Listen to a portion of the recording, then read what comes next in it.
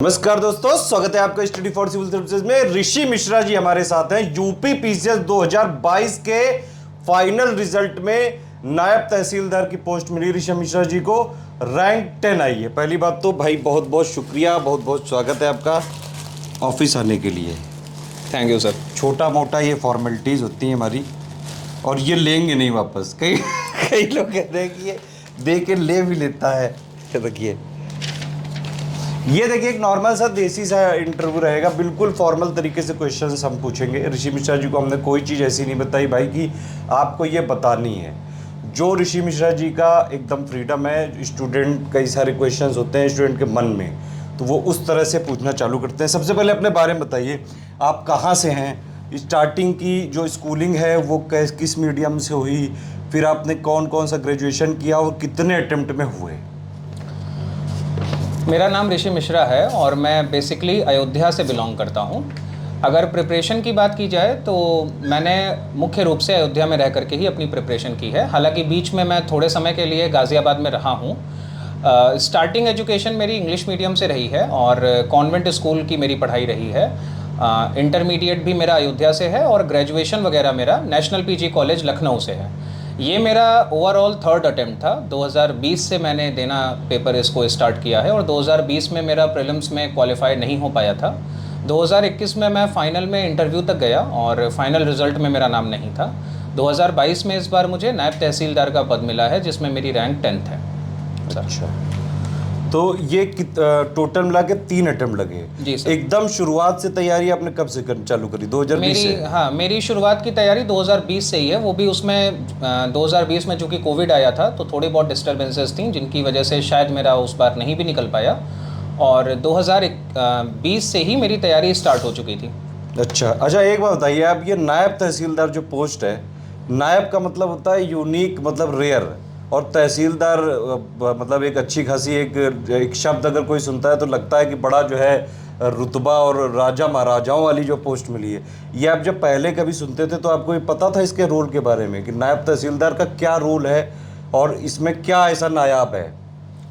नहीं, इस पोस्ट के विषय में तो मुझे बहुत ज़्यादा जानकारी नहीं थी। हालांकि जब पोस्ट प्रेफरेंस के लिए हम लोग फॉर्म फिल करते हैं इंटरव्यू से पूर्व, तो उसके विषय में तब यहाँ पे ये पोस्ट से मेरा पहली बार परिचय हुआ था। अच्छा। और ये पोस्ट मजिस्ट्रियल पोस्ट है। यूपी पीसीएस के अंतर्गत 2 से 3 ही पोस्ट हैं जिसमें आपको मजिस्ट्रियल पावर मिलती है। अच्छा। पहली तो सर टॉपर की ही हो गई, एसडीएम वाली पोस्ट, फिर डीएसपी, डिप्टी एसपी वाले में भी मजिस्ट्रियल पावर है, और तीसरी नायब तहसीलदार की पोस्ट है। अच्छा। तो इसमें सर ऑरा और प्रेस्टीज तो बहुत ही ज़्यादा है हमारी सोसाइटी में। अच्छा, और कुछ पता किया आपने इस पोस्ट के बारे में? हाँ, इस पोस्ट में काफ़ी फैसिलिटीज़ मिलती हैं। स्टार्टिंग में थोड़ी बहुत दिक्कतें तो न्यू ज्वाइनीज़ को आती ही है। अच्छा। लेकिन इसमें एकोमोडेशन, गाड़ी और एक ड्राइवर और एक हेल्पर टाइप का, मतलब ये 4 चीज़ें हैं जो बेसिकली ले दे करके आपको प्राप्त हो जाए। सैलरी के अलावा? जी, सैलरी के अलावा ये अच्छा, मतलब तो ये भी सब बेनिफिट्स हैं। सरकारी खर्चे पे? जी, ये सरकारी खर्चे पे मिलता है। सैलरी कितनी लगभग मिलेगी पता करा? सैलरी इसका 4200 ग्रेड पे है, जो कि यूपी पीसीएस में सबसे कम भी है, जिसकी वजह से कई लोग इसको प्रेफरेंस में काफ़ी नीचे भी रखते हैं, क्योंकि सर मैक्सिमम तो वो 5400 ग्रेड पे देखते हैं। हाँ। लेकिन पोस्ट में पावर है, प्रमोशन तेज़ है, और अगर आपकी एज हो चुकी है, आप आगे की पढ़ाई नहीं कर सकते हैं, या किसी कारण से आप एक सैचुरेशन पॉइंट पे आ चुके हैं, तो एसडीएम बनने का ये फॉर्मूला नंबर 2 है। हाँ, कि मतलब 8-10 साल में 8-10 साल में आप एसडीएम तो आप बन जाओगे। हाँ, एटलीस्ट रिटायरमेंट एसडीएम से हो गए। हाँ, और अगर ठीक ठाक एज पे आपका होता है तो आप एसडीएम से आगे एडीएम तक भी जाते हैं। जैसे आपकी कम एज में हुआ है काफी? जी सर, मेरा थोड़ा सा भी एज कम है, तो फिर उसमें मैं एडीएम तक जा सकता हूँ। बाकी तो सर वो डिपेंड करता है आगे की चीज़ों पर। अभी आप नायब तहसीलदार जिसे बन गए, जिस दिन आपने ये मतलब आपका सिलेक्शन हुआ, कैसा लगा था? मतलब एकदम से तैयारी करने वाले मोड से निकल के एकदम से इसमें आने में कोई उस टाइम का क्या सरप्राइजिंग हुआ था? एकदम से अटैक हो गया था, शॉकिंग हो गया था, क्या लगा था? नहीं, मैं अपना रिजल्ट खुद ही चेक कर रहा था। अच्छा। और मेरा तरीका ये है कि रोल नंबर डायरेक्टली ना चेक करो, और स्टार्टिंग से पहले नाम से चेक करना चालू करो। अच्छा, सारे नाम देखते? सारे नाम देख डालो। 364 लोगों का सिलेक्शन हुआ है, तो मैंने स्टार्टिंग से देखना चालू किया। अच्छा। तो एसडीएम के सारे नाम निकल गए, मेरा नाम नहीं था। डिप्टी एसपी के भी सारे नाम निकल गए, मेरा नाम नहीं था। इसी बीच मेरे भाई का कॉल आता है, जिसने मेरा रोल नंबर सेव करके रखा था। उसने डायरेक्टली रोल नंबर से सर्च किया, तो उसमें नायब तहसीलदार वाले पद के अंतर्गत मेरा 10वें नंबर पे नाम था। तो मैंने 4 बार अपने इंटरव्यू के लेटर से उसको मिलाया कि सेम रोल नंबर है कि नहीं है, कोई और तो नहीं है, क्योंकि जिस दिन मैं इंटरव्यू देने गया था उस दिन ऋषि नाम के 2 लोग और भी थे। अच्छा जी, तो लेकिन ओवरऑल नाम में भी मैंने ये देखा कि ऋषि मिश्रा टाइप करने पे भी एक ही था और मेरा रोल नंबर जो है वो भी एक ही था। तो फिर उसके बाद के मोमेंट कैसे चालू हुए फिर? सर सबसे पहले तो फैमिली को बताया, चूँकि मैं घर से ही रह करके तैयारी कर रहा हूँ, तो मेरी माताजी घर पे ही मौजूद थी। शाम के समय ये रिज़ल्ट आया है 7:30 बजे के आसपास। अच्छा। फिर पिताजी घर से बाहर थे, उनको भी फ़ोन करके सूचना दी तो वो आ गए, और फिर चाचा लोग और ये बुआ जो आसपास के रिलेटिव्स हैं ये सारे लोग आ गए और सभी बहुत ही प्रसन्न थे। नहीं फिर तो फिर आपको खुद ही कॉल आने लगी हाँ होगी ना सर, फिर मुझे धीमे धीमे करके जैसे ये खबरें अब आज सोशल मीडिया के समय पे फैलने लगीं और व्हाट्सएप वगैरह पे इधर उधर जाने लगी, तो कॉल्स वगैरह आने लगे। अच्छा। और फिर अगला 3 दिन तो काफ़ी व्यस्तता में बीता। शुक्रवार को ये रिजल्ट आया है, शनिवार को सेकंड सैटरडे था तो छुट्टियां बहुत थी, और संडे को भी तो मिलने जुलने वालों का आना जाना लगा रहा।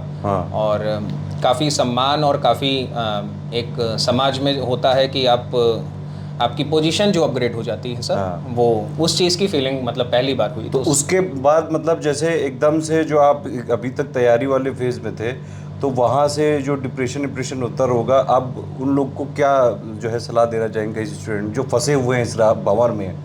1 साल वाले भी हैं, 2 साल वाले भी हैं, 3 साल वाले भी हैं, इवन 5-5, 8-8 साल वाले भी हैं। आप 3 बार में कैसे निकल गए? ऐसा क्या खास है आप में? देखिए, सबसे पहले तो 2020 में मेरा सिलेक्शन प्रीलिम्स में ही नहीं निकला, और अच्छा। यूपीपीसीएस में 1 साल बाद तो वो नंबर बताते हैं प्रीलिम्स का, तो जब वो नंबर आया तो उसमें पता चलता है कि 110 कट ऑफ थी और मेरा 109 नंबर था। तो 1 साल बाद मुझे पता चलता है कि मैं 1 नंबर से रुका हूँ। वो तब जब मैं 2022 का मेंस दे चुका था। सही बात। आयोग को चाहिए कि कम से कम मार्कशीट तुरंत रिलीज कर दीजिए। और 2021 का मेंस मैं दे चुका था, सॉरी वहाँ पे गलती हुई थोड़ी सी। 2021 का मैं मेंस दे चुका था, अप्रैल के महीने में पिछले साल ही इसकी मार्कशीट आई है। 2021 का मेंस हुआ था, और 2021 के फिर पेपर में मेरा फाइनल में जाकर के रुक गया। तो पहली बार में प्रीलिम्स भी ना निकाल पाना, मतलब एकदम से टोटल रिजेक्शन इस एग्ज़ाम के लिए, और सेकेंड बार में फाइनल तक जा करके इंटरव्यू तक पहुंच करके भी फेल हो जाना, 10 नंबर से मार्कशीट में ना आना, तो ये काफ़ी ज़्यादा डिप्रेसिंग होता है। और इस डिप्रेशन क्या करते थे डिप्रेशन में आप? देखिए, इससे निकलने का तरीका यही है कि आपको अपने पे भरोसा रखना है, और चूंकि आपके पास कोई और ऑप्शन नहीं है, जैसे मेरे पास तो सर कोई ऑप्शन भी नहीं है। अच्छा। मैं कहीं जॉब नहीं करता, ना मैं कर सकता हूँ, और मतलब अभी ऐसी कोई आवश्यकता भी नहीं है। और इसमें से निकलने का और कोई तरीका भी नहीं था। तो मेरा यही था कि पढ़ते रहो, खींचते रहो किसी ना किसी तरीके से, ये टाइम भी निकल जाएगा। और बस कितने घंटे पढ़ते थे डेली? ओवरऑल मेरी एक रेगुलर स्टडी अगर मैं देखूं तो ये मेरी अब हैबिट बन चुकी है, और 2020 से लेकर के अभी तक कुछ दिनों को छोड़ करके जो बीच में गैप होते हैं सभी के जीवन में होते हैं, आमतौर पे 5 से 6 घंटे की पढ़ाई हो जाती है। मतलब जब एग्जाम नहीं होते हैं? एग्जाम नहीं भी है तो भी 5 घंटे की तो पढ़ाई होती है, और एग्जाम जैसे कि प्रीलिम्स में अगर 1 महीना बचा है, या प्रीलिम्स के बाद जो मेंस का फेज होता है तो उसमें ये 7 से 8 घंटे तक पहुंच जाता है। उसमें 7 से 8 घंटे पहुंचते थे? जी, उसमें 7 से 8 घंटे। और बाकी टाइम क्या करते हैं आप? कोई जॉब तो करते नहीं? जी, बाकी टाइम नहीं करता। बाकी टाइम मैं एक अपने स्ट्रिक्ट रूटीन को फॉलो करता हूँ। अच्छा। प्रॉपर नींद लेता हूँ, बहुत ज़्यादा रात में भी देर तक नहीं मतलब पढ़ाई करता, और सुबह भी बहुत जल्दी नहीं। अच्छा। मॉर्निंग में सुबह 8 बजे क्या रूटीन क्या है पूरा आपका? मॉर्निंग में 8 बजे से लेकर के 8 साढ़े 8 बजे के लगभग सुबह उठने के बाद और चाय नाश्ता करने के बाद मेरी पढ़ाई शुरू होती है। अच्छा। फिर फर्स्ट राउंड की पढ़ाई के बाद नहाना एंड खाना। फर्स्ट राउंड कितने घंटे का? फर्स्ट राउंड 2 घंटे का। शुरुआत के जो 2 स्लैब हैं वो मतलब दिन के लंच तक 4 घंटे की पढ़ाई हो चुकी होती है। अच्छा। फिर लंच के बाद रेस्ट, क्योंकि खाने के बाद तुरंत तो पढ़ाई पॉसिबल भी नहीं है। फिर शाम को 2 घंटे और रात्रि में लगभग 2 घंटे। फिर इसके बाद डिपेंड करता है आप पढ़ाई कैसे करते हो। जैसे ज़रूरी नहीं है आप बुक को लेकर के बैठे रहो। आप अगर प्रीलिम्स का एग्जाम है तो आप मैप को जाकर के स्टडी कर सकते हो दीवालों पे लगा करके। हाँ, सही बात। आप क्विजेस कर सकते हो। इसीलिए वर्ल्ड और इंडिया के बोला जाता है कि भाई फिजिकल पॉलिटिकल एक एक लगा लो। जी, जैसे आप बैठे बैठे न्यूज़ देखो तुरंत, कम से कम उसके अगल बगल स्टेट कौन सी है, रिवर कौन सी है, कैनल कौन सी है, यही सब देख डालो। जी, आप मतलब अगर आप करंट अफेयर से भी जुड़ी कोई न्यूज़ पढ़ रहे हो। सॉरी जी, बताइए। अगर आप करंट अफेयर से भी जुड़ी कोई न्यूज़ देख रहे हो तो अगर आपके रूम में ये मैप लगे हुए हैं तो आप एक बार उठ करके उन पे नज़र दौड़ा सकते हो। इससे होता क्या है कि आपकी बॉडी भी थोड़ी सी रिलैक्स हो जाती है और बैठे बैठे जो फटीगनेस होती है वो भी कम हो जाती है। तो करंट अफेयर आप मतलब आपको क्या न्यूज़ देखने की भी आदत है क्या? हाँ, मुझे इन जनरल न्यूज़पेपर पढ़ने की, करंट अफेयर और इन अपडेट्स मतलब नॉर्मल न्यूज़ में भी आपको थोड़ा इंटरेस्ट है कि पॉलिटिक्स में क्या चलता है इन सब में भी? हाँ, देश दुनिया की सारी खबरों में। मेरा इंटरनेशनल अच्छा। रिलेशन मेरा सब्जेक्ट रहा है और मैं PSIR। PSIR अभी ऑप्शनल हट भी गया है, लेकिन मैं तब भी इंटरेस्टेड हूँ और मैं पढ़ता रहता हूँ। अच्छा, क्योंकि आपने MA भी उसी से जी, किया है। मेरा MA भी उसी से है। एक बात बताइए कि ऑप्शनल जो हटा है, ये आने वाले जो अभ्यर्थी हैं जितने भी 2023 में 2024 में, इन लोग के लिए क्या अच्छा कदम है, कैसा कदम है ये?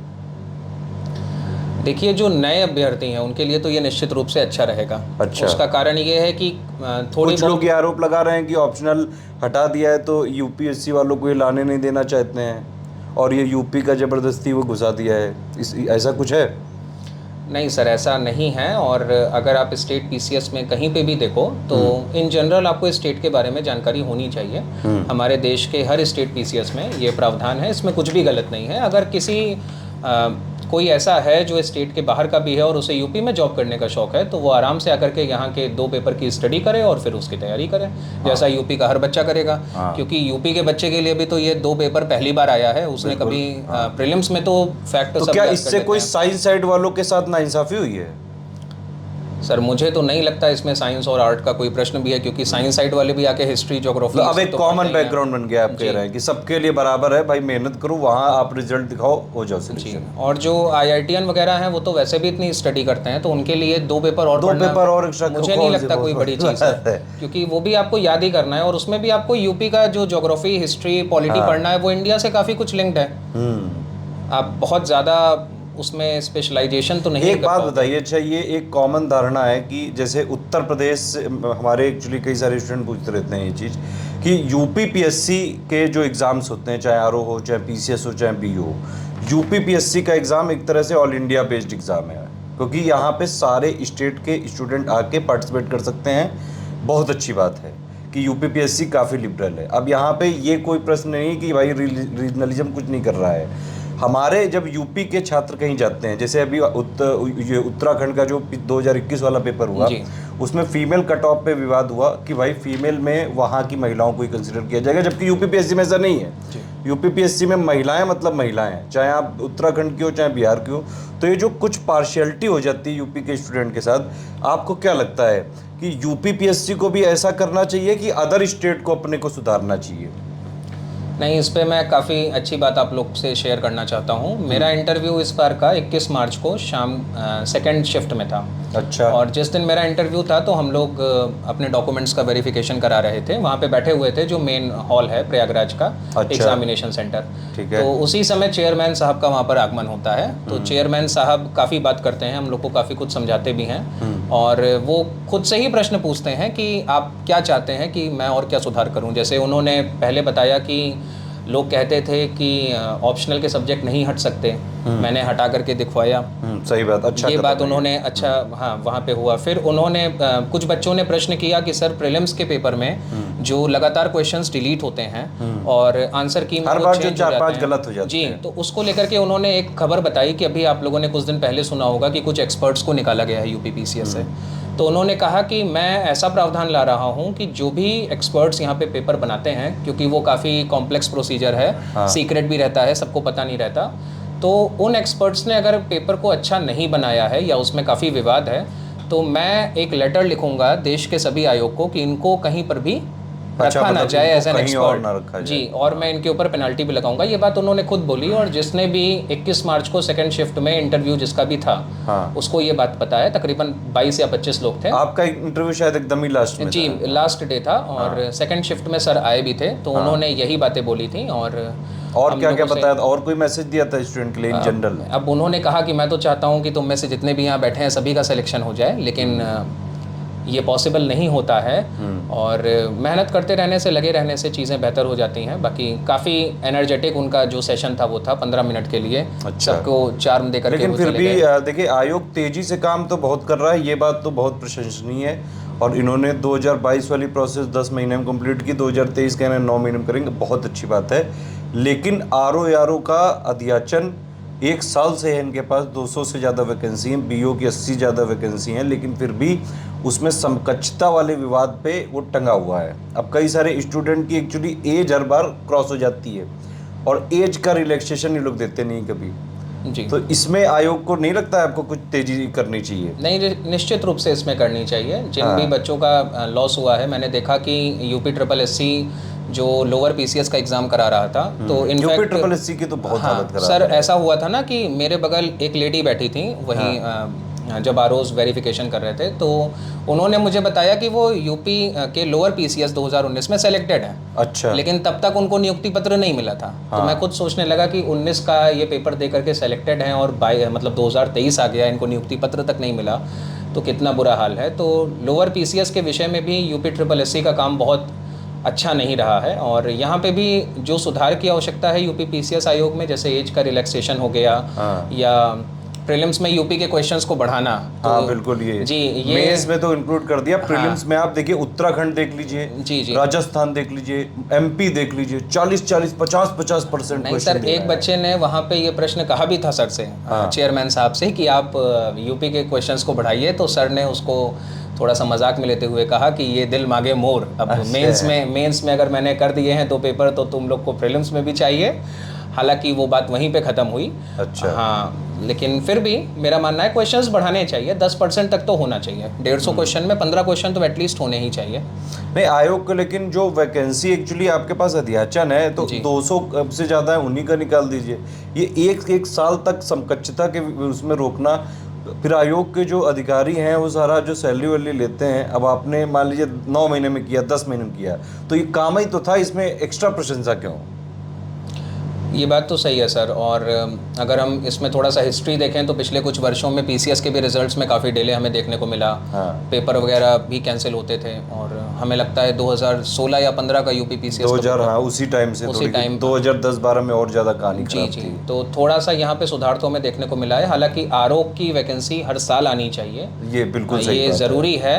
2021 के बाद से सर ये नहीं आई है। 2016 में आई थी, फिर लीक हो गया था, फिर उसका री एग्ज़ाम कराया, फिर 2017 वाली आई 18 तक, फिर 2021 आई। तो मतलब अगर ये हर साल कम से कम ये पीसीएस के साथ ये भी होता रहे, तो कई लोग एक्चुअली जो आस बांधे बैठे रहते हैं कि भाई पीसीएस नहीं तो चलो आरओ, कम से कम मतलब थोड़ा बहुत तो क्लोज पहुंच जाते हैं कि हाँ वो पूरी सर एक हायरार्की बनी है। जैसे अगर लोअर पीसीएस की वैकेंसी हर साल आए और यूपी पीसीएस उसे कराए, लोअर पीसीएस के मेरे हिसाब से तो जो जैसे यूपी पीएससी कराता था वही ठीक था, सर, है ना। यूपी ट्रिपल एससी वालों को नहीं देना चाहिए। नहीं सर, बिल्कुल भी नहीं। उनके यूपी ट्रिपल एससी का काम काफ़ी निराशाजनक रहा है और उस विषय में थोड़ा सा ध्यान देने की आवश्यकता है। इस विषय में सरकार को जरूर यहाँ पे देखने की जरूरत है। यूपी ट्रिपल एससी वाले स्टूडेंट्स इतने परेशान हैं, पीईटी 2021 की एक वैकेंसी अभी तक पूरी नहीं हो पाई है। लेखपाल वाले का रिजल्ट नहीं आया है और 2022 का तो कोई वैकेंसी 2022 का तो अभी स्टार्टिंग ही नहीं है। चलिए खैर अपने मुद्दों पे आते हैं। मेंस परीक्षा में आपका मीडियम क्या था? हिंदी मीडियम, इंग्लिश मीडियम था सर। इंग्लिश मीडियम था पूरा? जी सर। अच्छा, तो ये चयन के पहले और चयन के पश्चात लोगों का कुछ रवैया बदलता है, आपने फील किया है? हाँ सर, बहुत बदलता है। सरकारी नौकरी का तो वैसे भी बहुत क्रेज़ है हमारी सोसाइटी में। हाँ। और कोई ऐसा इंसिडेंट बताना चाहेंगे कि एकदम से मतलब कोई ऐसी कहानी हो या फिर असली घटना हो कि पहले कोई एकदम से भाव न देता हो, चयन के पश्चात एकदम से कहने लगा हो कि यार तू मेरा भाई है? हाँ सर, मैंने देखा कि बहुत से लोग थे जिसे कहते हैं बेगानी शादी में अब्दुल्ला दीवाना। तो मेरे से उन्होंने डायरेक्टली भले ना बात की हो, मुझे बधाई ना दी हो, लेकिन मेरी फोटो को अपने स्टेटस पे लगा करके कि भाई को बहुत बहुत बधाई। तो ऐसे लोग भी मुझे देखने को मिले, जानकारी मिली, लेकिन ठीक है, उसमें कोई बुराई नहीं है। नहीं चलो ठीक है, एक वो भी खुश है इसी बहाने, तो अच्छी बात है। खुशियाँ बट रही हैं। तैयारी के दौरान तमाम तरह के डिस्ट्रैक्शंस होते हैं। आप जैसे मान लीजिए आप तो नहीं रहे हैं इलाहाबाद में, लेकिन जो लोग इलाहाबाद में रहते हैं, दिल्ली में रहते हैं या फिर कहीं भी रहते हैं, तो वहाँ पे कहीं कोई जो है गर्लफ्रेंड बॉयफ्रेंड बना रहा है, बाबू छोना चल रहा है, कोई जो है फेसबुक में पोस्ट डाल रहा है कि हमने ये गाड़ी खरीद ली, कोई कह रहा है हम यूएस चले गए हैं, कोई और कहीं खेल रहा है। ये इस तरह से कैसे दूर रखते थे लोगों? देखिए, मैं अपना पर्सनल बताऊं तो मैं सोशल मीडिया के यूज़ को ख़त्म कर देता था प्रीलिम्स और मेंस के पहले। सोशल मीडिया मतलब हाँ, फेसबुक, इंक्लूडिंग फेसबुक, ट्विटर और ये इंस्टाग्राम वगैरह जो भी है। व्हाट्सएप यूज़ करता हूँ, और हम लोग के प्रिपरेशन में टेलीग्राम का यूज़ ज़्यादा होता है। हाँ। तो व्हाट्सएप भी आप कम ही चलाओ, बहुत ज़्यादा ज़रूरत नहीं है तो। हाँ। दिन में एक बार आकर के आप एक टाइम फिक्स करो कि भाई हम इस टाइम आएंगे, सारे मैसेजेस का जवाब दे देंगे और उस पर रिप्लाई कर देंगे, तो वो चीज़ें ठीक रहती हैं। अगर आप घर से बाहर रह रहे हो तो एक रूटीन में आपको लाइफ को जीना चाहिए। हाँ। 5 से 6 घंटे जो आप जिस एग्ज़ाम की तैयारी कर रहे हो आप उसको दे सकते हो। नहीं, उस टाइम मैं ये पूछ रहा हूँ आपसे कि ये अट्रैक्शंस जो होते हैं कई सारे या फिर डिस्ट्रैक्शंस होते हैं, उसके दौरान स्टूडेंट कैसे अपने आप को संभालें? कुछ लोग कहते हैं कि मैं पढ़ने की बहुत कोशिश करता हूँ लेकिन मैं पढ़ नहीं पाता हूँ। कुछ कहते हैं कि मैं अगर मान लीजिए अभी प्रीलिम्स का टाइम आने वाला है, लास्ट के कुछ दिन बचे हुए हैं, तो हिस्ट्री पढ़ रहा होता हूँ तो मुझे ज्योग्राफी याद आने लगती है, ज्योग्राफी पढ़ता हूँ तो मुझे पॉलिटी याद आने लगती है, तो मैं सब भूलने लगता हूँ। ऐसे में क्या करें? कंसंट्रेशन कैसे बनाएं? कंसंट्रेशन के लिए आप थोड़ी बहुत मेडिटेशन प्रैक्टिस सुबह उठ करके कर सकते हैं। दिमाग को शांत रखने के लिए आपको जो संगीत पसंद हो, सूफी राग पसंद हो, भजन पसंद हो, कुछ भी आप सुन सकते हैं। अच्छा। देखिए, मुख्य रूप से आपको अपने दिमाग को शांत रखना है। अगर आपने 2 घंटे रिवीजन किया है तो 15 मिनट का कोई भी पसंदीदा गाना आप सुन सकते हैं, उससे आपका माइंड भी रिलैक्स होगा। और लगातार रिवीजन से भी बचना है। एग्ज़ाम के पहले बहुत से लोग जो लेकर के कॉपी और पेज पढ़ा करते हैं, उससे कुछ भी नहीं होता है। माइंड को आपको रिलैक्स रखना पड़ेगा। आपके हिसाब से जो पीसीएस की तैयारी है, मान लो कोई एकदम अभी नादान है, उसको कुछ नहीं पता है, ये तक नहीं पता है कि प्रोसीजर क्या है, तो उसको यहाँ से तैयारी करने से सिलेक्शन लाने तक कितना मिनिमम टाइम चाहिए? आप ये मान के चलिए कि 1 साल तो फाउंडेशन बनाने में लग जाएगा किसी को भी। अच्छा, हाँ। 1 से 1.5 साल लग जाएंगे। ये डिपेंड करता है आपकी कैपेसिटी कितनी है, आपका इंटरेस्ट कितना है और आप कितना टाइम डिवोट कर पाते हो। अच्छा। और कंसिस्टेंसी ज़रूरी है, 5 से 6 घंटे की पढ़ाई भी ज़रूरी है। अच्छा, ठीक है। और बाकी एक बात ये बताइए कि जैसे आप ये कह रहे हैं कि भाई पढ़ाई वढ़ाई तो ज़रूरी है, लेकिन क्या आप अपने आप को मतलब माइंड को एंटरटेन करने के लिए कुछ स्पोर्ट भी खेला करते थे? स्पोर्ट्स तो नहीं, मैं ठंडियों में साइकिलिंग करता हूँ, और गर्मी में तो बहुत ज़्यादा पॉसिबल नहीं हो पाता क्योंकि पढ़ाई भी रहती है, और प्रीलिम्स के समय तो बिल्कुल भी नहीं हो पाता, और जब मेंस आता है तो उसमें भी प्रॉब्लम होती है। गेम खेलते हैं कोई? थोड़ी बहुत वॉकिंग कर लेता हूँ, बैडमिंटन और साइकिलिंग सर। ऑनलाइन कुछ गेम खेलते हैं? ऑनलाइन नहीं सर, ऑनलाइन कुछ भी नहीं। मैं वेब सीरीज़ वगैरह देखता हूँ। अच्छा। खाली टाइम पे मूवीज़, वेब सीरीज़ मैं उनका शौकीन हूँ, तो मैं वो देखता हूँ। अच्छा जी। अभी आपके यहाँ से क्या गोल्स हैं? मतलब सीधे जाके नायब तहसीलदार ज्वाइन कर लेंगे, हैप्पीली जो है पूरी ज़िंदगी अपना आराम से बढ़िया कट जाएगी, प्रमोशन होते रहेंगे क्योंकि कम एज में, कि अभी फिर एसडीएम बनना है और यूपीएससी में भी ट्राई करना है पूरा? सर, यूपीएससी का तो अभी नहीं कह सकता क्योंकि मैंने आज तक उसमें एक भी अटेम्प्ट नहीं दिया है। अच्छा। हाँ, लेकिन यूपी पीसीएस में मैं इस बार कम से कम एक अटेम्प्ट देना चाहता हूँ। अभी ट्रेनिंग वगैरह में भी टाइम है, तब तक मेंस हो जाएगा, तो एक अटेम्प्ट तो दूंगा। अच्छा जी। तो मतलब अभी इसके बाद एक जी, अटेम्प्ट अभी और 2023 का दूंगा, तैयारी काफ़ी करके रखी है। हाँ। तो और एक फ्लो और मोमेंटम भी बना रहता है, अभी उसको ब्रेक करना ठीक नहीं है। अच्छा। जी सर। तैयारी के टाइम जब आप जो भी आप टाइम पढ़ते थे, उस टाइम क्या नोट्स बनाते थे, अपने खुद के मेंटेन करते थे कि ऐसे ही पढ़ लेते थे? नहीं, नोट्स तो बनाने चाहिए, लास्ट मिनट रिवीजन के लिए वो काफ़ी अच्छा रहता है। अच्छा। अगर आपके हैंड रिटन नोट्स हैं तो वो ही आपके काम आएंगे, वरना आप सोचो कि आप मार्केट से जा करके नोट्स खरीद लो या उसको दूसरे की राइटिंग को देख करके आप समझ लो, पढ़ लो, उससे कभी भी काम नहीं होगा। अच्छा। जब आपने वो चीज़ें लिखी होंगी तो उनको पढ़ते समय आपके दिमाग में वो ज़्यादा बेहतर तरीके से बैठेंगी। अच्छा। अभी जो जितने भी, वैसे तो जो पढ़ाई बोरिंग ही होती है, लेकिन जो जीएस वीएस के सब्जेक्ट्स हैं या फिर सीसेट है या फिर प्री है, मेंस है, इंटरव्यू है, इसमें कोई चीज़ ऐसी लगती है जो इंटरेस्ट आता है आपको? कोई सब्जेक्ट ऐसा है? अब मेरा खुद का ही सब्जेक्ट, जैसे मैंने PSIR ही मेरा इंटरेस्टिंग सब्जेक्ट रहा है। अच्छा, इंटरनेशनल रिलेशन? जी, इंटरनेशनल रिलेशन और पॉलिटिकल साइंस। एक बात बताइए, आजकल ऑनलाइन एजुकेशन बहुत ज़्यादा बढ़ चुकी है, आप जानते भी हैं। ये ऑनलाइन एजुकेशन क्या है, वरदान लगता है आपको कि अभिशाप लगता है? सर, इसके दोनों फ़ायदे हैं, फ़ायदे और नुकसान दोनों हैं। कोविड के बाद से ऑनलाइन एजुकेशन में जो बढ़ोतरी हुई, उससे घर घर तक ये चीज़ें अवेलेबल हो गई।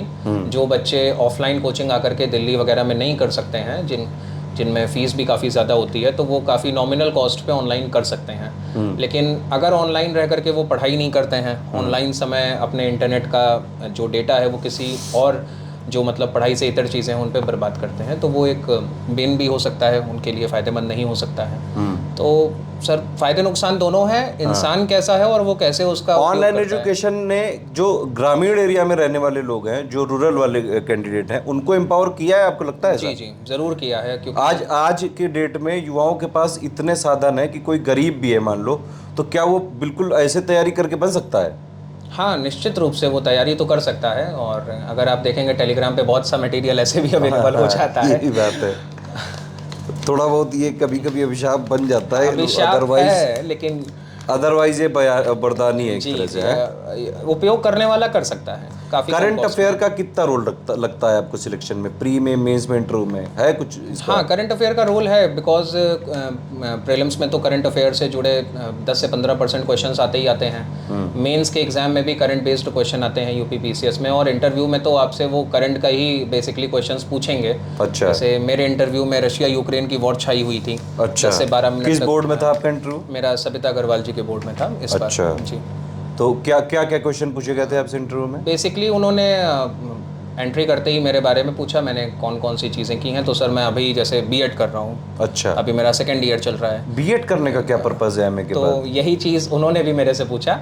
तो मतलब ये उसका बिल्कुल ही बीकॉम, जी, जी। एमए और बीएड, ये जी, ट्रायंगल तो बन गया ये तो अलग अलग उसमें। नहीं, तो मैंने उसका जवाब भी दिया एक्चुअली। सर 2021 में कई वैकेंसीज आई जिनमें बीएड करने के साथ साथ BO वाला वजह से है। जिसमें फ़ायदेमंद था।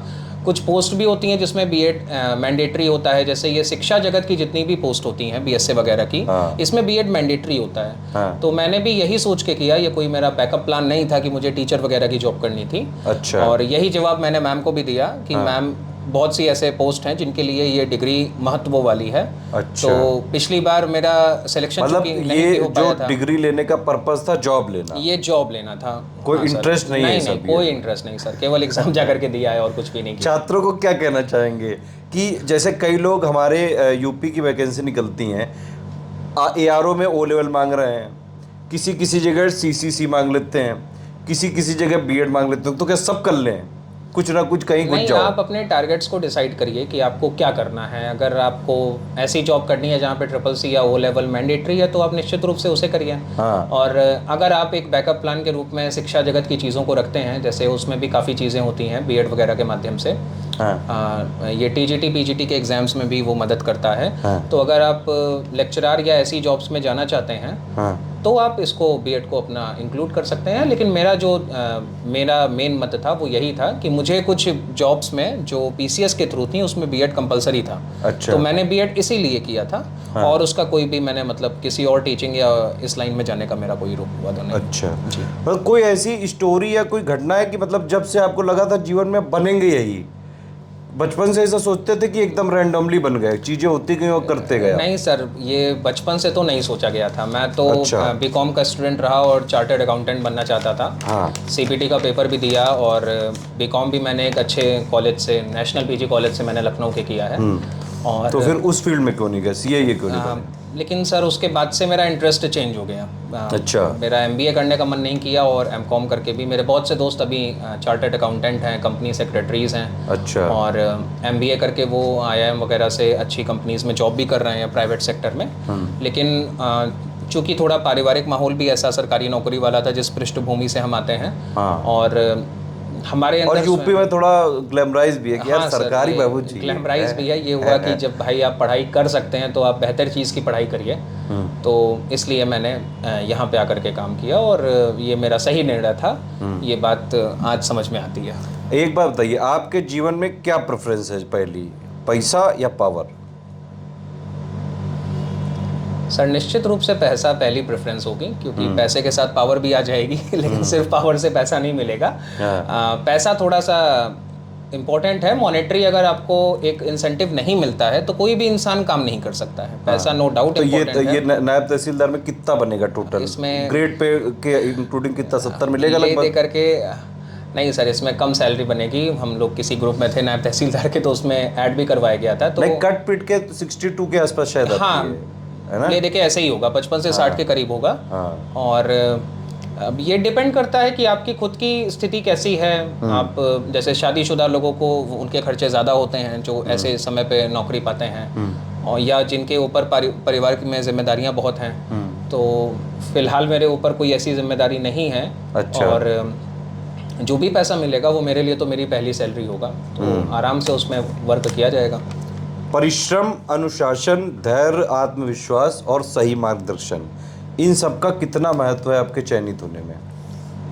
परिश्रम तो बहुत ही ज़्यादा इम्पोर्टेंट है, आप उसके बिना तो कोई काम नहीं कर सकते। अनुशासन जैसे आप मैंने तो कहा, लेकिन इतना कम पढ़ते थे। सर पढ़ाई स्मार्ट पढ़ाई होती है, आप थोड़ा सा वर्क करिए अच्छा। स्टार्टिंग में। जैसे अगर आप प्रीलिम्स की तैयारी कर रहे हो, अच्छा। तो आप पिछले 10 साल के प्रीवियस ईयर क्वेश्चंस को एकदम से रट लो, उसमें कुछ भी मत छोड़ो, उसमें थीम देखो कि कहाँ से क्वेश्चंस आ रहे हैं, आप उनका एक अभी notes लेकिन बनाओ। लेटेस्ट में जैसे 2022 वाले में तो ठीक है, उस 2021 वाला जो पेपर था, वो काफी 2019 वाला थोड़ा सा, था, हाँ। PYQ पूछा ही नहीं। अब जी, उसमें जी। 5-6 क्वेश्चन आ गए फिर। जी, 2019 और 2021 का जो क्वेश्चन था वो थोड़ा सा टेक्निकल क्वेश्चन ज़्यादा था, लेकिन फिर भी मेरा मानना है कि 2021 के भी कुछ क्वेश्चंस थे हाँ, जो 5, 6, 7, 8 थे। हाँ, जो आरओ वगैरह के पेपर से रिपीटेड थे। आप यूपी पीसीएस से होने वाले पेपर पे नज़र रखो, और अगर 2-4 नए क्वेश्चन आते भी हैं तो उससे कट ऑफ भी नीचे जाती है। हाँ, 2020-21 की कट ऑफ भी सर काफ़ी नीचे थी। मार्गदर्शन का कितना जरूरी है, रोल है इसमें? सही मार्गदर्शन मिलना तो आवश्यक है ही है। अगर आप किसी गलत लाइन पे इसमें आगे बढ़ जाते हैं, जैसे आजकल ऑनलाइन एडुकेटर्स की बात हुई, तो बहुत से ऐसे हैं जो केवल ऑनलाइन क्लासेस चला रहे हैं। मतलब 4 से 5 घंटे की क्लास होती है, उसमें 4 से 5 क्वेश्चन डिस्कस होता है केवल। अच्छा, हाँ, लाइव क्लासेस मैं नहीं मानता, बेकार चीज है। मैं बिल्कुल नहीं मानता। क्या बेकार है ये? लाइव क्लासेस बिल्कुल भी ठीक नहीं है, वो टाइम इन सबके कंज्यूमिंग चैनल है। बंद कर देने चाहिए। सर वो सबकी अपनी फ्रीडम है, वो तो कितने भी चैनल चलाएं। क्या लगता है आपको, लाइव क्लासेस से स्टूडेंट को कुछ फायदा होता है?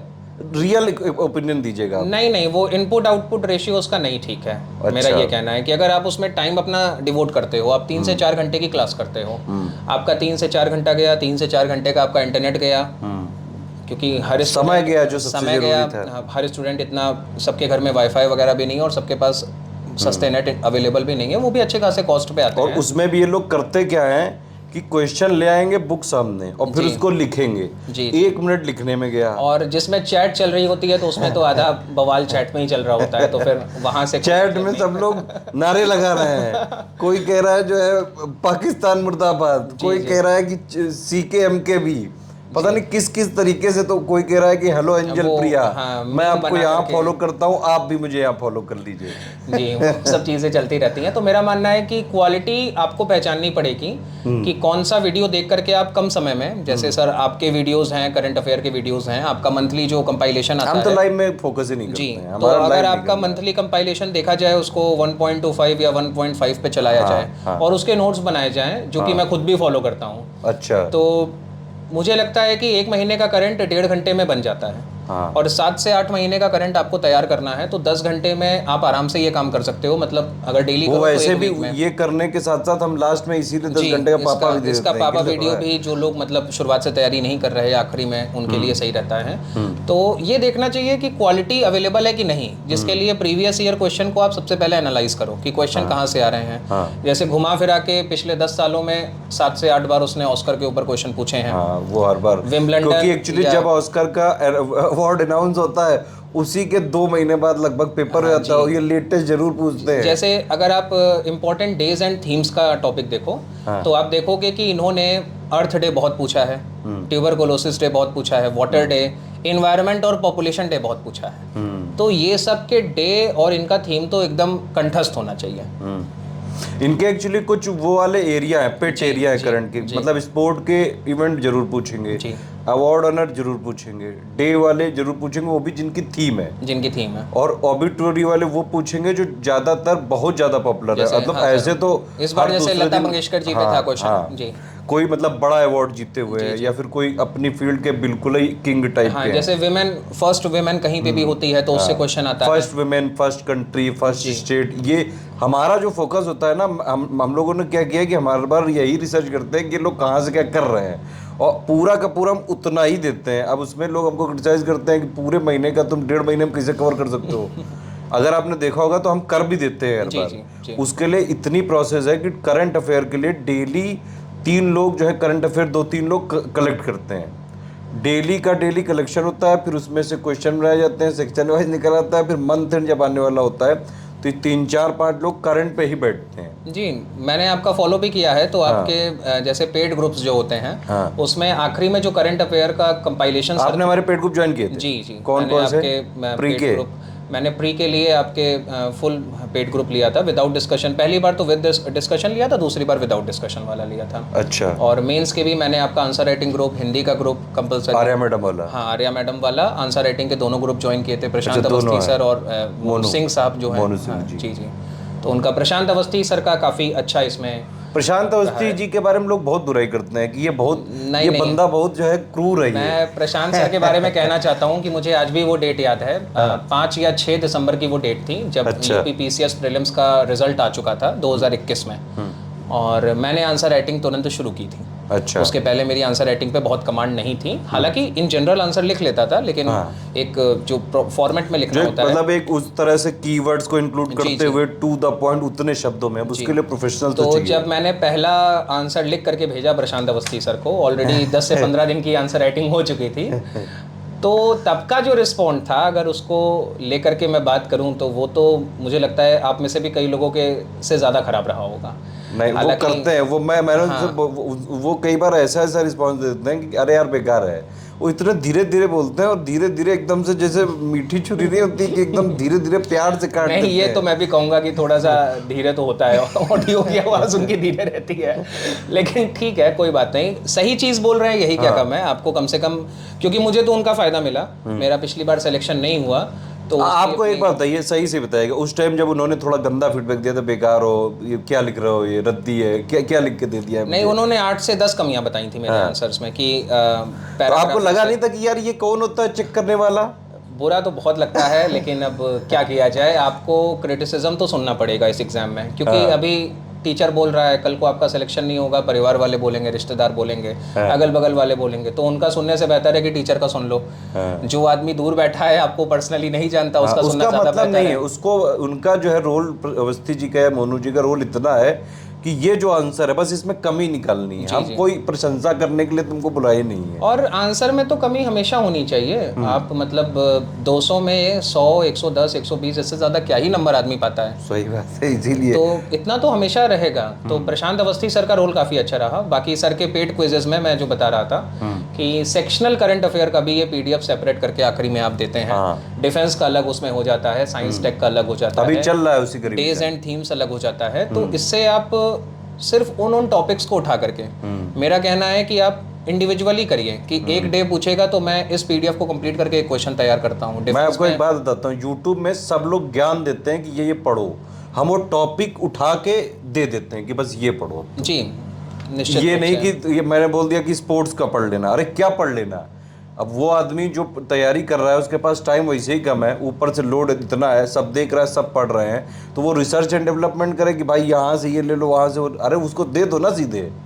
तो हमारा काम ये है कि हम बस उसको इम्प्लीमेंट कर देते हैं एक्चुअली। नहीं, आपका यूपी पीसीएस में स्पेशलिटी है भी, और जिस लेवल पे आपका टीम का रिसर्च भी रहता है सर, तो उसमें तो नो डाउट काफ़ी बेहतरीन रहता है। छात्रों को तैयारी के दौरान किन चीज़ों से दूरी बनानी चाहिए, क्या लगता है आपको?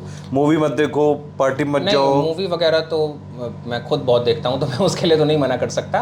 हाँ, ये है लास्ट मोमेंट पे पार्टीज वगैरह को अवॉइड करना चाहिए। अगर बहुत इंपॉर्टेंट है आप जा भी सकते हैं 1 घंटे के लिए, क्योंकि इतना समय तो अगर आप इंडिविजुअली अकेले रह भी रहे हो तो आप या तो खाना खाने बाहर जाते होगे कभी ना कभी, या आप बनाते भी होगे तो भी उसमें कुछ समय बीत जाता होगा। बिल्कुल। तो ये सब कुछ आपके ऊपर है, आपकी अपनी कैपेसिटी, आप कितना कर सकते हो।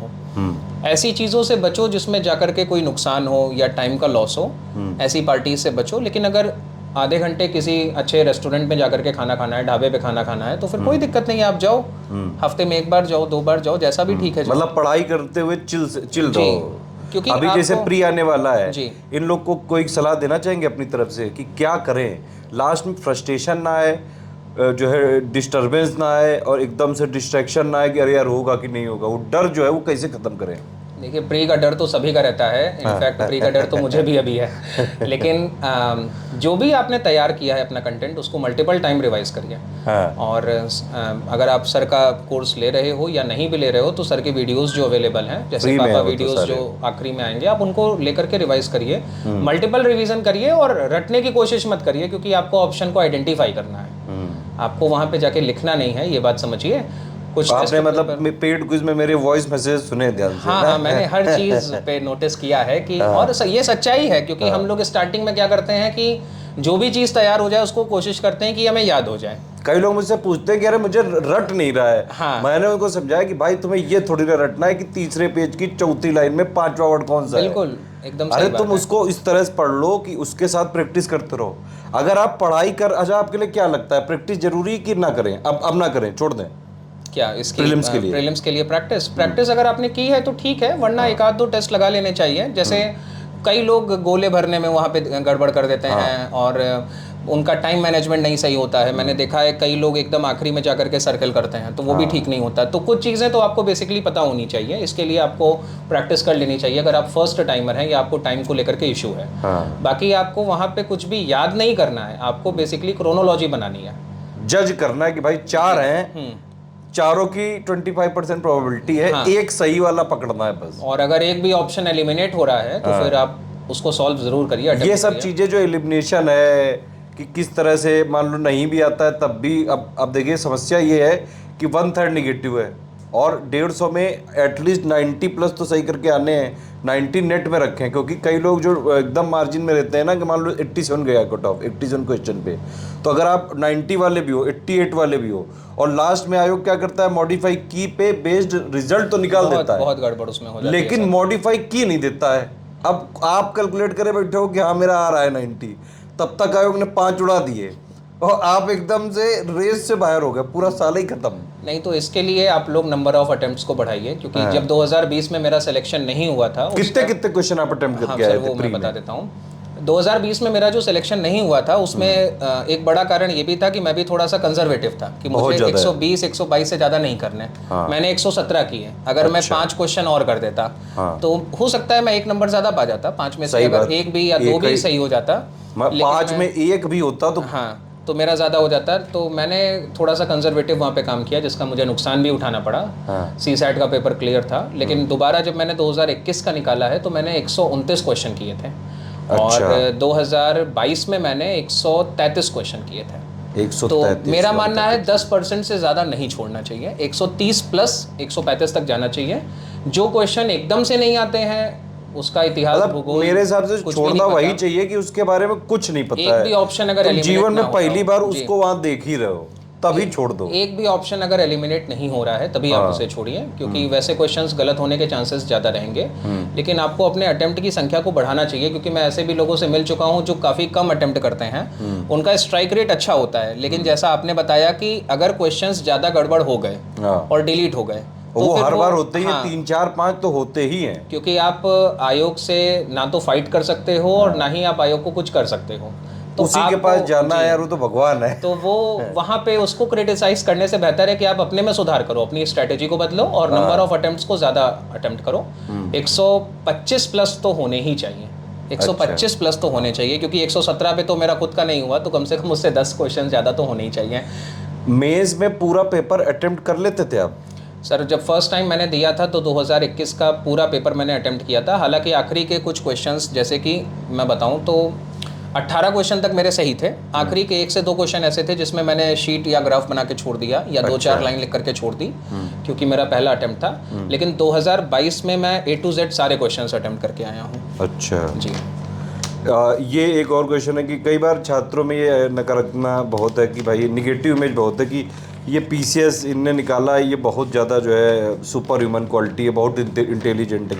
क्या आप मतलब शुरुआत से थ्रू आउट टॉपर रहे हैं? स्कूलिंग, कॉलेज, हर जगह टॉपर रहे हैं? मैं एक एवरेज प्लस स्टूडेंट रहा हूँ। टॉप 5 या टॉप 10 में तो अपने को कंसिडर नहीं करूँगा। लेकिन आप ये कह सकते हैं कि टॉप 15 या 20 में अगर 50 से 60 बच्चों की क्लास है तो मेरा उसमें नाम होता था। अच्छा। और पढ़ाई रेगुलर की है, अच्छे मार्क्स भी रहे हैं हाई स्कूल इंटर में, ऐसा नहीं है।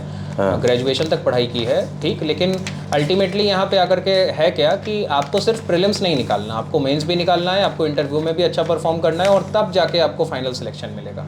अच्छा। तो ये जो 3.5 लाख 4 लाख लोगों में से टॉप 300 की रैंक है, मतलब जो ये रेस है, इसमें आपको बहुत ज़्यादा पढ़ाई करनी पड़ेगी, क्योंकि अगर आप यहाँ पे टॉप 10 और टॉप 20 वाले हो तो फिर आप पीछे रह जाओगे। तो कंपटीशन और एकेडमिक्स में ये फ़र्क आ जाता है। कंपटीशन में आपको कंपटीशन के हिसाब से काम करना पड़ेगा। एकेडमिक्स में तो आप कुछ भी कर लो चल जाता है, 2 रात पढ़ाई करके एग्ज़ाम आदमी दे देता है, लेकिन कंपटीशन में साल भर की पढ़ाई ये वही तो मतलब ये बोर्ड एग्जाम वाली नहीं है कि जी। आप बस उठे और थोड़ा दिन 2-4 दिन पहले पढ़ लिया, एक हफ्ते या 1 महीने पहले पढ़ लिया और जाके टॉप कराए, वो सब नहीं होता है यहाँ पे। हम जो जॉब वाले हैं वो भी आखिरी के 1.5-2 महीने अच्छे से पढ़ते हैं, और वो ऐसे लोग होते हैं जिनको पता होता है कि कहाँ से कितना पढ़ना है। सही बात। उनको पेपर का थीम पता होता है, लेकिन न्यू स्टूडेंट को ये बात नहीं पता होती है। तो उसको तो साल भर पढ़ना पड़ेगा। और मैं फिर से कहूँगा कि पेपर पे आप रिसर्च स्वयं करिए। पेपर पे रिसर्च स्वयं करिए। जो लोग नहीं, एक बात ये लास्ट में पूछना है कि कुछ लोग का मानना है कि भाई ज्ञानी भी होना चाहिए आपको पेपर निकालने के लिए। हमारा मानना थोड़ा अलग है। मैं कहता हूँ कि मुझे ज्ञानी आप लोग को नहीं बनाना है। सिंपल जितना मिनिमम से मिनिमम प्री मेंस इंटरव्यू के लिए ज़रूरी है हम उतना ही कराएंगे, उससे ज़्यादा नहीं करेंगे। तो कुछ लोग कहते हैं कि ये तो उस मेन जो सोच है उसके खिलाफ है कि आप ऐसे कैसे सिलेक्ट हो जाओगे, जब तक आपको ज्ञान ना हो तो आप एक वैसे कैसे पुरुष बनोगे। आपके हिसाब से ज्ञानी बनना ज़रूरी है कि सिलेक्शन लेना ज़रूरी है? नहीं, जाहिर सी बात है सिलेक्शन लेना ज़रूरी है। आप सिलेक्शन ले लोगे तो आप ज्ञानी कहलाओगे, अल्टीमेटली आप ज्ञानी ही कहलाओगे। मतलब सिलेक्शन जो टॉपर भाई जो बोलेगा बात वही मानी जाएगी, समझ रहे हो बात? ये सच्चाई भी है कि आज मैं जो बातें बोल रहा हूँ, एक हफ्ते पहले अगर इनको मैं बोलता आज संडे हो गया, पिछले फ्राइडे को रिजल्ट आया 9 दिन 10 दिन पहले, तो कोई नहीं मानता, मेरी बात की वैल्यू कम होती। तो सिलेक्शन लेना इंपॉर्टेंट है, क्योंकि आप अपने जो आपके विरोधी भी मान लीजिए कुछ हैं जो आपको पसंद नहीं करते, या जो आपसे थोड़ी बहुत ईर्ष्या करते हैं, उसको भी आप जवाब दे सकते हो अपने सिलेक्शन के माध्यम से। वो भी फिर आपसे दोस्ती करने के लिए उत्सुक रहेगा, आपके साथ अपना नाम जोड़ने के लिए उत्सुक रहेगा। अभी जैसे आपके साथ हो रहा होगा कई सारे। जी। अच्छा एक बात बताइए, बिल्कुल ये जेन्युइनली मैं पूछना चाहता हूँ आपसे, आपका जो पर्सनल ओपिनियन हो वो बात बताइएगा। प्रीलिम्स यूपीपीएससी का एग्ज़ाम होता है, पीसीएस की मैं बात कर रहा हूँ। प्रीलिम्स मेंस इंटरव्यू में स्टडी फॉर सिविल सर्विसेज का क्या योगदान है? नहीं, study for civil services UP PCS के लिए तो एक स्पेशल ऑर्गेनाइजेशन के रूप में काम कर रहा है, एक कोचिंग संस्थान के रूप में। काफ़ी बेहतरीन प्लेटफॉर्म है। और स्टूडेंट को क्या राय देना चाहेंगे? कोई गरीब बच्चे हैं, जैसे मान लो हमारे पेट ग्रुप में भी नहीं आ सकते हैं, उनको हमारा चैनल फॉलो करना चाहिए कि नहीं? नहीं, अवश्य करना चाहिए, क्योंकि आपको यहाँ पर क्वालिटी कंटेंट मिलता है, कम समय में मिलता है। और अगर आप जुडिशियसली उसको फॉलो करते हैं तो आपके सिलेक्शन के चांसेस बढ़ जाएंगे। बस मेहनत तो आपकी ही होगी, उसमें सर भी कुछ नहीं कर सकते। लेकिन नहीं, वो तो है भाई, जाम आप ही को देना, लड़ाई लड़ने आप ही को जाना है जी। हम तो आपको तैयार करके भेजेंगे जी। अब अपनी जीवन का जो अपने जीवन का संघर्ष एक्चुअली सबको खुद ही करना पड़ता है। जीवन में कोई किसी के लिए संघर्ष नहीं कर सकता है। अपने जो हिस्से का आपको कष्ट है वो आपको खुद झेलना पड़ेगा, खुद लड़ना पड़ेगा, खुद आपको तैयारी करके और खुद ही जाके सिलेक्ट होना पड़ेगा। कोई भी इवन जैसे घर में लोग हैं, मम्मी पापा हैं, फ्रेंड्स हैं, भाई बहन हैं, वो लोग क्या कर सकते हैं भाई? मोटिवेट कर दिया कि अब कोई घर दिक्कत वाले नहीं है, पैसा दे देंगे, थोड़ा बहुत मोटिवेट कर देंगे एक आध दो बार में, सोर्स दे देंगे कि भाई क्या क्या करो, कैसे करो। प्रीलिम्स में सिलेक्शन अगर आपका हो जाता है तो थोड़ा सा पॉकेट मनी बढ़ा देंगे, लेकिन इससे ज़्यादा वो कुछ भी नहीं कर सकते। अच्छा ये भी होता है, ये सब चीज़ें होती है। होता है, पहली बार जब होता है। ये एक्चुअली मैंने देखा है, ये बहुत छोटे से जब हम लोग थे तो ये हम लोग के साथ होता रहा है, हम लोग के घरों में, कि तुम 10th में अगर फर्स्ट आ गए तो तुम्हें एक साइकिल दिला देंगे। सर, क्योंकि फर्स्ट फेज में तो प्रीलिम्स निकालना भी बड़ी बात होती है, लेकिन ओरिजिनल एग्जाम क्या है ये मेंस में आने पे पता चलता है। अगर एक बात बताइए, जैसे आप लोग हुए हैं 300 350 लोग, 364 लोग हो गए हैं, लेकिन जो इंटरव्यू दिया था 1000 समथिंग लोगों ने दिया, 1070 लोगों ने दिया था। तो बाकी लोग जो नहीं हुए हैं उनके लिए क्या सलाह देना चाहेंगे आप? वो निश्चित रूप से डिजर्व करते हैं यहाँ पे आना, और उनको लगे रहना चाहिए। इस बार सिलेबस भी चेंज हुआ है, काफ़ी अपॉर्चुनिटीज़ हैं उनके लिए, और प्रीलिम्स पर अभी तो वो फोकस करें और प्रीलिम्स निकालने का प्रयास करें। बहुत से सेलेक्ट हुए बच्चे भी फिर से प्रीलिम्स और मेंस की इस लड़ाई में आने वाले हैं, क्योंकि लोग बहुत से हैं जो कि रैंक सुधारना चाहेंगे, और ये IAS हो, PCS हो, हर एग्ज़ाम में हमें देखने को मिलता है, तो इसको तो हम नहीं रोक सकते। और ये एक इक्वलिटी के राइट के खिलाफ भी है भाई, उसका राइट है, आप दीजिए बिल्कुल। अगर जीवन में आगे बढ़ना है तो लोग अंदर जो होते हैं सिस्टम में वो भी तो आगे बढ़ते हैं। जी। अरे जो मोदी जी हैं वो भी तो वहाँ से पीएम बने तो अब जीवन में तो जो आगे। मेंस जो इंटरव्यू तक पहुंचा, अगर उसको अधिकार है कि वो अगली बार आकर के सेलेक्ट हो, हाँ। तो जो सेलेक्ट हो चुका है उसको भी अधिकार है कि वो आकर के बड़ी पोस्ट पे पहुंचे। बिल्कुल सही और बात ऐसे है। अगर आप रिजल्ट ही देखेंगे तो इस बार एसडीएम पोस्ट पे बहुत से लोग सेलेक्ट हुए हैं जो पहले से किसी ना किसी पद पे हैं। हाँ, एक इससे एक मुझे और क्वेश्चन है, कई लोग जो जिनकी एज 35 प्लस हो गई, क्या आपको कहीं ऐसे कैंडिडेट मिले थे वहाँ इंटरव्यू में जो 35 प्लस थे? 35 प्लस सर ओवरऑल तो नहीं बता सकता, हालांकि 30 प्लस वाले कई थे। हाँ। और 30 प्लस वाले कई थे जो जॉब्स भी कर रहे थे। मुझे 2 तो प्राइमरी के टीचर भी मिले थे। अच्छा। एक मुझे मेरे इंटरव्यू वाले दिन आरटीओ थे, वो उन्होंने बताया था, और वो उत्तराखंड में पोस्टेड थे। अच्छा। तो ऐसे भी कई लोग हैं। हाँ, तो इसमें सेलेक्टेड लोग भी होते हैं। मैं मेंस देने गया था तो भी एक भाई साहब थे जो एमपी में नौकरी कर रहे थे, तो वो भी मेंस देने आए थे। तो इसमें हर तरह के लोग होते हैं। अच्छा। कुछ कोचिंग इंस्टीट्यूट वाले भी होते हैं वो भी सेलेक्ट होते हैं। एग्जाम तो सभी को देना है। नहीं, मैं नहीं देता हूँ अभी। आपने सर मेरी आपका नहीं बता रहा आपका नहीं बता रहा, लेकिन मैंने जैसे एक्चुअली राजस्थान में मेरा हुआ था, फिर उत्तराखंड में मुझे नॉन फिट दे दिया गया था इंटरव्यू में। मेरे कान का पर्दा फटा निकल गया था। जी जी। और फिर मेरा इधर यूट्यूब चल पड़ा, तो मैंने कहा भाई ये ठीक है, इधर वाली जॉब बढ़िया लग रही है, घर बैठे बैठे करना, मेहनत ज़्यादा कर लेंगे कोई बात नहीं। तो ये वाली चीज़ है कि भाई देखिए, अधिकारियों के पास पावर बहुत होती है, लेकिन लाइफ बहुत ज़्यादा टफ होती है। आप यकीन मानिए, मैं कई सारे डीएसपी एसडीएम सबसे बात करता हूँ, इन लोग से वैसे कभी जब तक ये लोग ज्वाइन नहीं करते तब तक तो खूब कि अरे सर और क्या चल रहा है, आइए मिलते हैं कभी, ये सब चीज़ बात होती है। कभी अगर आप उनके वर्किंग टाइम में करो, मान लो किसी ने मुझे मैसेज किया, मेरे पास तो वैसे ही बहुत मैसेज आते हैं, आपको दिखाया था मैंने तो, लेकिन अगर उस टाइम फिर मैं दोबारा मान लो मैं भूल गया, फिर मैं कहता हूँ कि भाई क्या हाल चाल है, आपने कॉल किया था।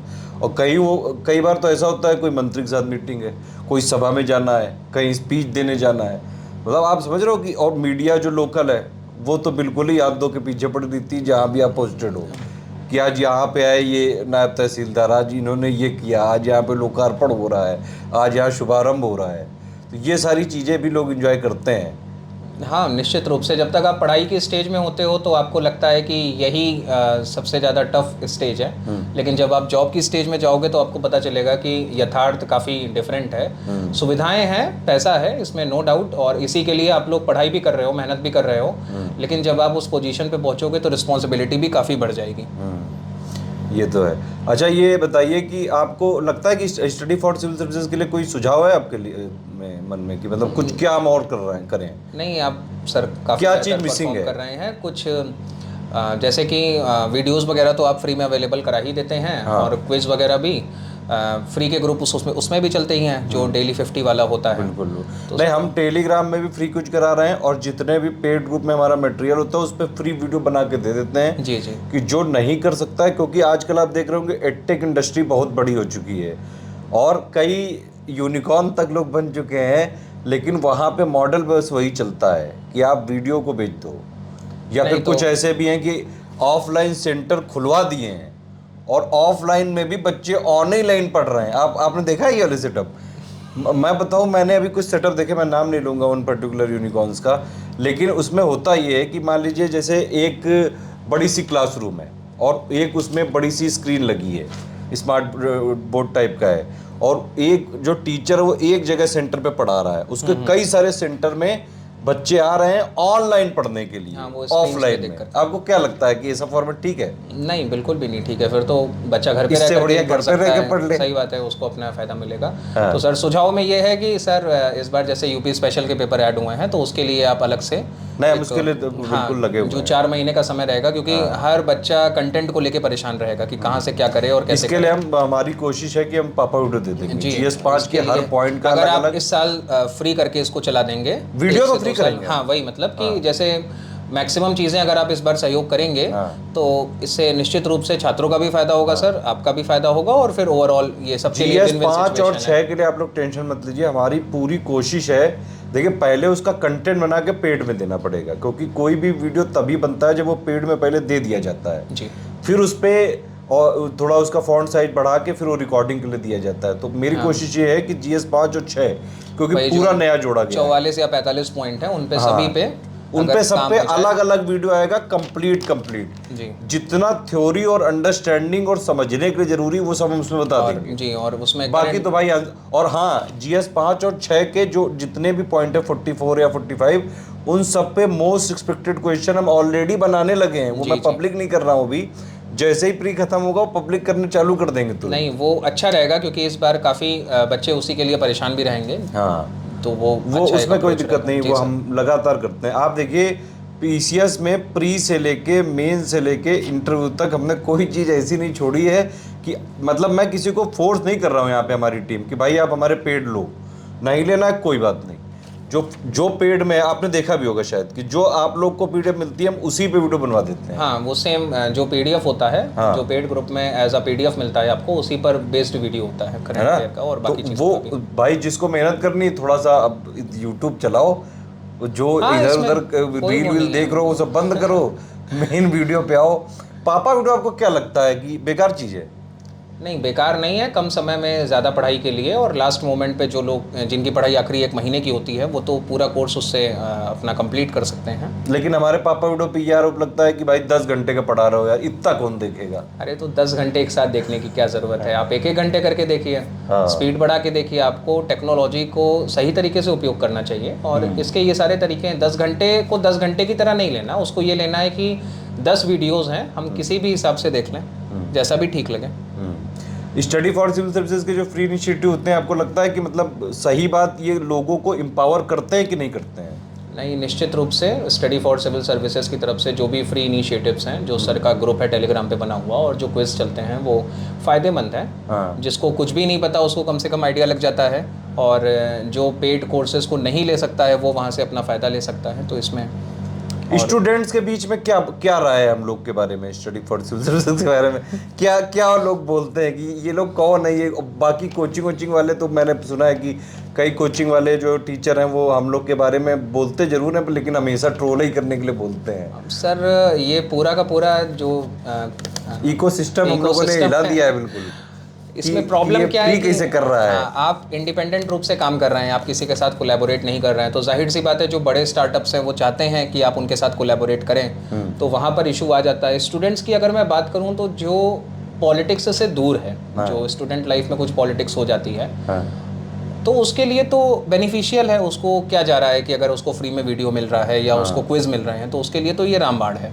और क्योंकि हमारे फ्री हैं इसलिए कई लोग अगर मान लो कोचिंग ज्वाइन भी कर लेते हैं ना तो देखते वो इधर ही हैं जी जी। कि अरे यार ये तो फ्री मिल रहा है, ये तो देख लो, फिर वो कंपेयर करते हैं कि ये तो फ्री में ऐसी चीज़ दे रहा है जो ये लोग पेड में भी नहीं दे रहे हैं। हाँ, और बाकी अब एक ऐसी जमात है जिसको मीम बनाना और ये सब करने में मज़ा भी आती है, तो उसमें कोई बुराई नहीं है, आप करिए, फ्री टाइम में करिए। हम भी कहते हैं कि जाओ खेलो। आप मतलब मेन बात ये है कि सर की तरफ से भी काफ़ी मेहनत हो रही है, और एक स्टूडेंट के रूप में हमारा काम है कि हम जो भी इंसान मेहनत कर रहा है, सभी कोचिंग संस्थान करते हैं, मैं ये नहीं कह रहा कि कोई एक ही कोचिंग संस्थान कर रहा है, लेकिन अगर व्यक्ति मेहनत कर रहा है तो उसको थोड़ा सम्मान देना चाहिए, इसमें तो कोई प्रॉब्लम नहीं है। मेरा तो मानना ये है कि आप सम्मान किसी को दे ना दें, लेकिन अपने सिलेक्शन के लिए आपको जहाँ से जो पढ़ना जहाँ से पड़े जो मिले, हाँ। भाई पढ़ो।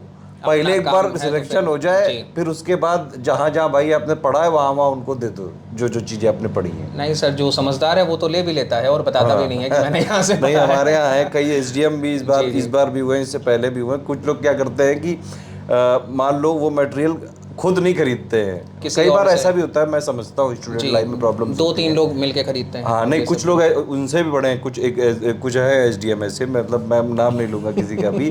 कुछ लोग SDM भी है, DSP भी बने, कई सारी पोस्ट पे बने। उन्होंने बताया कि उन्होंने मटेरियल जुगाड़ लिया था और वो सिलेक्ट हो गया। मैंने कहा भाई तुम इतने ईमानदार और सच्चे आदमी हो कि एटलीस्ट सिलेक्शन होने के बाद ये बता तो रहो कि आपने पढ़ा है हमसे। जी, जी। मेरे लिए वो जरूरी है, बस आपने किस माध्यम से लिया ये जरूरी नहीं है। तो अगर ऐसे किसी माध्यम से स्टडी फॉर सिविल सर्विसेज का आप कंटेंट पढ़ पा रहे हैं, वैसे तो बहुत मुश्किल है ये अवेलेबल होना, पढ़ पा रहे हैं तो एटलीस्ट बाद में ग्रेटिट्यूड दे दिया करो आके, बस पढ़ते रहो, उसमें कोई नहीं, दिक्कत सर नहीं को है। मैसेज कर दिया करिए कि सिलेक्शन हो गया है। कि हाँ भाई कोई बात नहीं, आपको फीस ना दिए हो कोई बात नहीं, लेकिन ग्रेटिट्यूड देंगे। हिंदी मीडियम में सिलेक्शन क्यों कम होते हैं? UPPSC में आपको लगता है ऐसा कुछ है? नहीं, हिंदी मीडियम के काफ़ी बच्चे सेलेक्ट होते हैं। मुझे कई बच्चे इस बार मिले भी थे, और ये एक आम धारणा होती है कि हिंदी मीडियम का सिलेक्शन रेशियो घट रहा है। अच्छा। लेकिन मुझे नहीं लगता इसमें आयोग के स्तर से कोई पार्शियलिटी होती है। आयोग अच्छा। तो लगातार सुधार कर रहा है। बीच में एक न्यूज़ आई थी कि हिंदी मीडियम वालों के जो लोग हैं वही इंग्लिश मीडियम वालों की कॉपी चेक करते हैं और उन लोग को समझ नहीं आता इसलिए पूरी उम्र दे देते हैं। इसमें क्या सत्यता है? नहीं, ये तो कुछ ज़्यादा ही एग्जेजरेशन हो गया। इतना तो आयोग जैसे स्तर पे ऐसे काम नहीं, कई सारी डिमांड भी हुई थी इसके लिए कि आप प्रॉपर, उनका कहना ये था उस पे जैसे एक्सपर्ट्स निकाले थे आयोग ने, हाँ हाँ उसमें से कुछ एक्सपर्ट्स ऐसे भी थे जो आंसर राइटिंग के थे। जी तो वो लोग क्या करते थे कि मान लीजिए वो हिंदी मीडियम के हैं तो उन लोग को शायद ऐसा कुछ होता है, इंटरनल अरेंजमेंट होगा उनका कि पर कॉपी या कुछ कॉस्ट वॉस्ट होगा, तो वो जितनी नंबर ऑफ कॉपी ज़्यादा चेक करेंगे उतना ज़्यादा वो बनता है। तो इस चक्कर में जो आप फील्ड के हैं भी नहीं उनसे भी चेक कराई जा रही थी। ये प्रॉपर केस हुआ है। तो आयोग ने जो एक्सपर्ट निकाले हैं ना वो ऐसे ही नहीं निकाले हैं जी जी। वो हर स्तर पे कमियां हुई हैं, चाहे वो प्री के स्तर पर हो चाहे वो मेंस के स्तर पर हो। आप शायद आपको थोड़ी अगर हिस्ट्री पता हो तो एक ज़माना ऐसा भी था कि टॉपर्स के नंबर काट के बढ़ा दिए जाते थे। बाकायदा आरटीआई हो चुकी है इस पे और खुलासा हो चुका है। खैर हम उस युग से अच्छे युग में आ चुके हैं। मेरा मानना है कि हम लोग को फ्यूचर की तरफ देखना चाहिए। हर आयोग अपने में सुधार कर रहा है और चेयरमैन साहब ने भी उस दिन यही बात बोली थी कि वो अच्छा। जो भी एक्सपर्ट्स होंगे ऐसा जो भी करेंगे उनको कठोर से कठोर दंड दिया जाएगा। तो हमें अज्यूम करना चाहिए कि उनकी बातें सत्य होंगी। अगर उन्होंने ऑप्शनल जैसी बड़ी चीज़ को हटा करके दिखा दिया जो कि कई लोग मानते थे नामुमकिन है, सही बात है। तो हमें भरोसा करना चाहिए क्योंकि हम और कुछ कर भी नहीं सकते हैं। इससे ज़्यादा हम कुछ भी नहीं कर और सकते। तुम्हारे पास कोई राइट नहीं, पढ़ लो बस। जीवन में कुछ टैलेंट नहीं है ना जिसे मेरी तरह या फिर इन लोग की तरह, अगर देखिए आपका बहुत टैलेंट है, एक्टिंग बन जाओ, एक्टर बन जाओ, सिंगर बन जाओ, क्रिकेटर बन जाओ, तो वो लोग एक्चुअली एक्सेप्शनली टैलेंटेड हैं बचपन से। जी। अब अगर आपके पास ऐसा टैलेंट नहीं तो एक ही चीज़ है जीवन में, पढ़ाई कर लो बस। पढ़ाई करके एक ऑफिसर बन जाओगे ना तो ये जो एक्टर है ना या फिर कोई स्पोर्टमैन, इनका करियर होता है। हाँ हाँ। आपका कोई करियर नहीं, आप 60-65 साल तक राजा हो, जहाँ भी जाओगे वहाँ पे टॉप ही पे जाओगे। तो ये वाली चीज़ों से कम मोटिवेशन लेनी चाहिए कि भाई कुछ नहीं, पढ़ लो। नहीं, गवर्नमेंट जॉब तो गवर्नमेंट जॉब है और उसमें तो कोई दो राय नहीं है कि उसके जो फ़ायदे हैं वो अलग ही हैं। तभी हर व्यक्ति यहाँ पर 2 से 3 साल 4 साल तक अपने खपा देता है। अरे लोग 8-8 साल गवा देते हैं। इलाहाबाद में तो बाबा है कई सारे वो तो इसी में अपना पूरा जीवन बिता दिया है, कई रहे साधु बन गए हैं वो। बस अब यहाँ पे आयोग में ना सही, आयोग के अगल बगल रहूँगा, अंदर ना जाने दो, अगल बगल रहूँगा। लेकिन अच्छा एक बात बताइए, पर्सनल लाइफ के बारे में कुछ पूछ सकते हैं आपसे? अभी शादी वादी में क्या राय है आपकी? करनी चाहिए तुरंत कर लेंगे? कई सारे प्रपोजल चालू हो चुके हैं, क्या इरादा है? मेरा मानना है लाइफ में हर चीज़ का एक टाइम होता है। और अगर आप टाइम पे चीज़ें नहीं करोगे तो फिर बिना टाइम पे करने पे उसके अपने लॉसेस होते हैं। आप अगर लेट में शादी करते हो तो उसके अपने लॉस हैं। लेट में शादी, लेट में फैमिली और लेट में फिर हर डेवलपमेंट आपका लेट में होगा। तो टाइम पे चीज़ें कर लेनी चाहिए, सिलेक्शन हो या ना हो, लेकिन आप टाइम पे चीज़ों को कर लो। क्योंकि हमेशा से हम ये देखते आ रहे हैं, पुराने समय से ही हर चीज़ एक टाइम पे होती थी तो वो बेहतर होती थी। एक जो पुराने मतलब रीति रिवाज बने उनको फॉलो करते रहना। बहुत जल्दी भी नहीं करना है, बहुत लेट में भी नहीं करना है, लेकिन जो एक एज होती है, पीक एज होती है, वो उसके लगभग कर लेना कितनी होती है आपके हिसाब से? सबका अपना अपना होता है। आपके हिसाब से कितनी पीकेज होती है? सर मैं अभी यहाँ भाई इससे ज्यादा में तू कर ले अब शादी। नहीं, तो मेरा मानना है कि अब तो लोग 30 के बाद भी करते हैं और उसमें भी कोई दिक्कत नहीं होती। लेकिन अगर आप जॉब वगैरह पा चुके हो तो आप जितनी जल्दी कर सकते हो आपकी फैमिली में, क्योंकि सभी की फैमिलीज में अपना अपना होता है। किसी के यहाँ शादियाँ जल्दी हो जाती हैं। ज्वाइंट फैमिलीज में क्या होता है कि वो पहले से सब कुछ मतलब फिक्स होता है, बस ये होता है कि लड़का नौकरी पा जाएगा या कुछ करने लगेगा तो शादी हो जाएगी। तो आपकी अपनी जिस भी सोसाइटी को आप बिलोंग करते हो, जिस भी ग्रुप को आप बिलोंग करते हो, वहाँ पे जो आपके नॉर्म्स हैं आप उनको फॉलो करने की कोशिश करो। और अगर नहीं हो पाता है तो कोई बात नहीं, उसमें क्या ही किया जा सकता है। आयोग के बारे में कोई सजेशन देना चाहेंगे? ईमानदारी से मेहनत करके आपको लगता है कि सिलेक्शन लिया जा सकता है यहाँ पे? अब मेरा तो सिलेक्शन हो गया है, अब इसमें सर और क्या बोलूं। इससे पहले कभी आपने कोई ऐसी उड़ती चीजें सुनी कि अरे यार वहाँ पे इतना चल रहा है, वहाँ इतना चल रहा है, हम तो इच्छे होंगे? ये सारी बातें तो होती रहती हैं। 2021 के रिजल्ट आने से पहले भी काफ़ी विवाद हुआ था स्केलिंग को लेकर के कि स्केलिंग नहीं हो रही है, फिर किसी ने कहा कि कैपिंग हो रही है, फिर कुछ। तो मैंने जो देखा था कि ऑप्शनल सब्जेक्ट में हर बार ऐसा होता था कि कुछ सब्जेक्ट्स के साथ काफ़ी उनको अप कर दिया जाता था और कुछ को डाउन कर दिया जाता था। तो यहाँ पे आपका लक फैक्टर आता है जो कि हर एग्ज़ाम में आप पे मैटर करेगा। अब ऑप्शनल हट गया है तो हम उम्मीद करते हैं कि यूपी स्पेशल पेपर के साथ सभी के लिए पैरिटी होगी और जो भी सीरियस कैंडिडेट है उसका सिलेक्शन होगा। चलिए ठीक है, काफ़ी लंबा हो गया इंटरव्यू। चलिए इसी के साथ ख़त्म करते हैं। स्टूडेंट्स के कोई भी डाउट हो, अगर आपसे पूछना चाहें तो क्या वो यहाँ पे कमेंट कर सकते हैं? आप इसको देखेंगे थोड़े दिन तक, रिप्लाई दे सकते हैं? हाँ सर, मैं रिप्लाई कर दूंगा।